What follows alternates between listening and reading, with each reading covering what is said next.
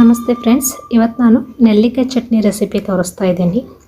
ಮೊದಲಿಗೆ ನೆಲ್ಲಿಕಾಯನ್ನು ಸಣ್ಣಗೆ ಕಟ್ ಮಾಡ್ಕೊಂಡು ಇಟ್ಕೊಂಡಿರಬೇಕು ಫ್ರೆಂಡ್ಸ್. ಈಗ ಒಂದು ಮಿಕ್ಸಿ ಜಾರ್ನಲ್ಲಿ ನಾನು ಕಟ್ ಮಾಡಿಟ್ಕೊಂಡಿರುವಂಥ ನೆಲ್ಲಿಕಾಯಿ, ಹಸಿಮೆಣಸಿನಕಾಯಿ, ಕರಿಬೇವು, ಕೊತ್ತಂಬರಿ ಇದನ್ನು ನೀವು ಪೇಸ್ಟ್ ಕೂಡ ಮಾಡ್ಕೊಳ್ಬೋದು. ನಾನಿಲ್ಲಿ ಇದನ್ನು ಕ್ರಷ್ ಥರ ಮಾಡ್ಕೊಳ್ತಾ ಇದ್ದೀನಿ, ತರಿಯಾಗಿ ರುಬ್ಕೊಳ್ತಾ ಇದ್ದೀನಿ.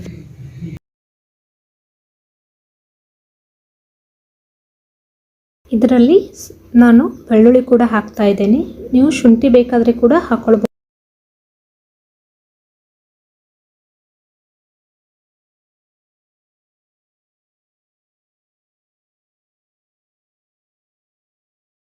ಇದಕ್ಕೆ ನೀರು ಹಾಕಿ ನಾನು ರುಬ್ಕೊಳ್ತಾ ಇಲ್ಲ.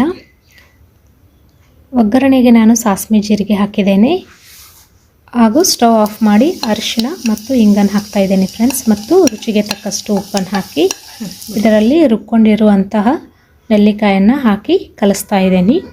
ಹಾಗೂ ಬೆಲ್ಲದ ಪೌಡರನ್ನು ಕೂಡ ಇದರಲ್ಲಿ ಸೇರಿಸ್ತಾ ಇದ್ದೇನೆ.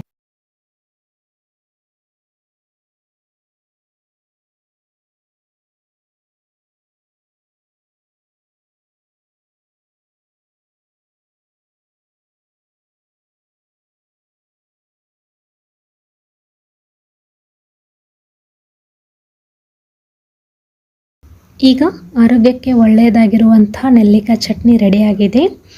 ಇದನ್ನು ಗಾಜಿನ ಭರಣಿಯಲ್ಲಿ ಹಾಕಿ ಫ್ರಿಜ್ನಲ್ಲಿ ಇಡಬೇಕು. ತುಂಬಾ ಟೇಸ್ಟಿಯಾಗಿರುತ್ತೆ ಫ್ರೆಂಡ್ಸ್. ನೀವು ಒಂದು ಸಲ ಟ್ರೈ ಮಾಡಿ ನೋಡಿ.